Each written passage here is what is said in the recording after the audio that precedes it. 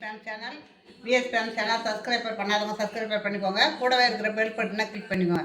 இன்றைக்கி வந்து ரவா இட்லி செய்கிறதுக்காக ரவா எடுத்துருக்குறேன். ஒரு கப்பு ரவா 250 கிராம் இது எடுத்துருக்குறேன். சேமியா கொஞ்சமாக ஒரு 1/4 கப்பு அங்கங்கே ஒன்று இருக்கிறதுக்காக சேமியா எடுத்துருக்குறேன். அப்புறம் ஒன்று ஒன்றா நான் சேர்க்கும்போது பாருங்கள்.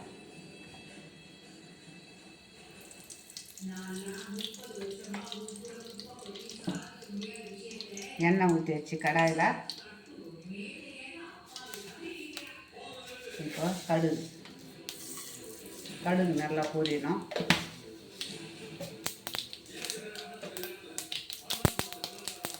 கொஞ்சமாக ஜீரகம்,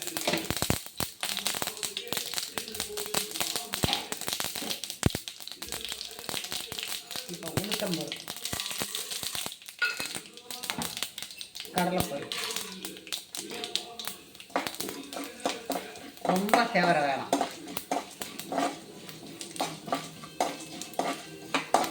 உளுத்தம்பருப்பு கடலைப்பருப்பு சும்மா சிவந்தால் போதும். பெருங்காயம், இப்போ பச்சை மிளகா, இஞ்சி,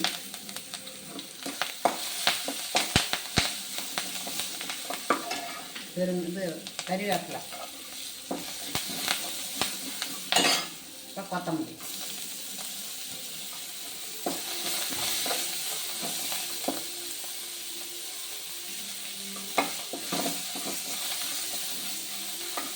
இப்போ நம்ம ரவையை போட்டுக்கலாம். அடுத்தது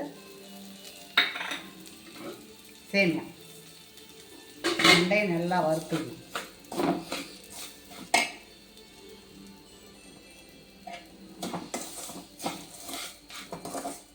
சேமியாவும் ரவையும் நல்லா வறுத்துக்கணும்.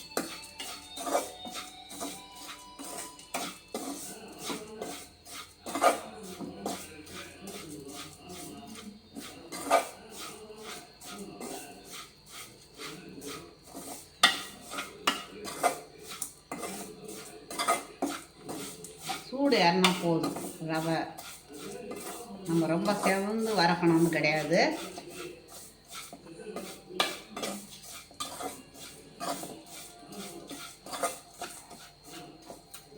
சூடு ஏறினா போதும். இன்னும் கொஞ்சம்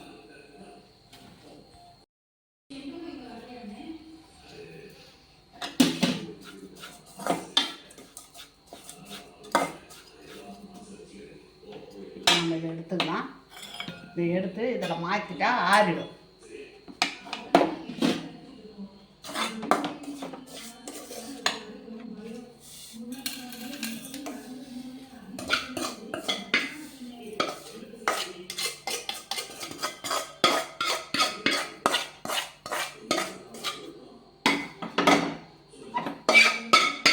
ஒரு கப்பு ரவைக்கு 1 கப்பு தயிர் எடுத்துருக்குறேன்.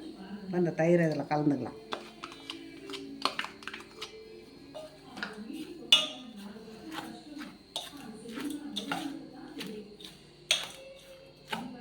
தேவைப்பட்டால் தண்ணி ஊற்றிக்கலாம். இந்த தயிர் இந்த கப்பில் கொஞ்சம் அதுக்கு தேவையான உப்பு,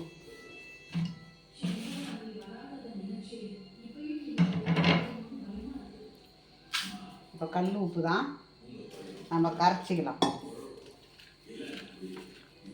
கல் உப்பை கரைச்சி நம்ம ஊற்றிக்கலாம்.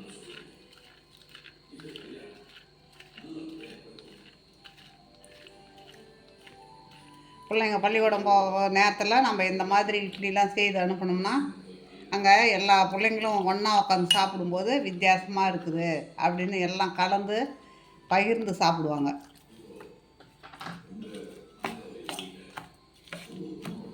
ஒன்றும் இதில் மெனக்கடலை அதிகம் கிடையாது, வீட்டில் இருக்கிறது தான்.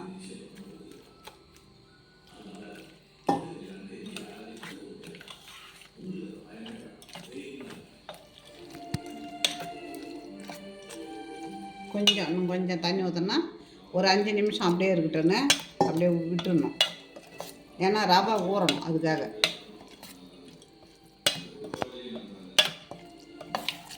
இது அப்படியே இருக்கட்டும்.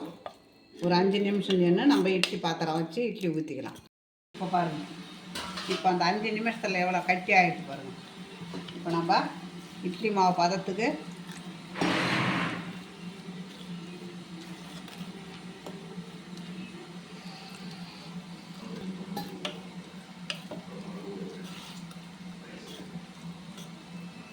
இந்த பதத்துக்கு இருந்தால் போதும். இப்போ எண்ணெய் தடவி ஆயில் தடவிலாம் ஊற்ற வேணாம், நம்ம துணியிலே வச்சுக்கலாம்.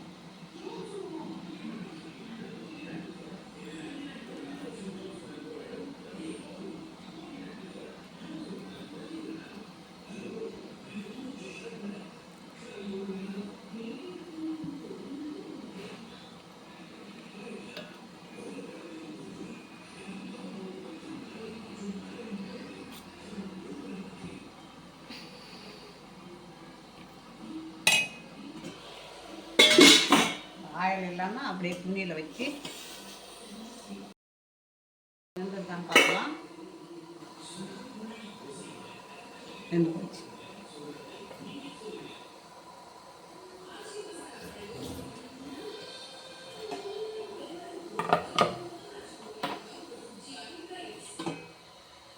இப்போ நம்ம தட்டில் எடுத்து வச்சுன்னா வரேன்.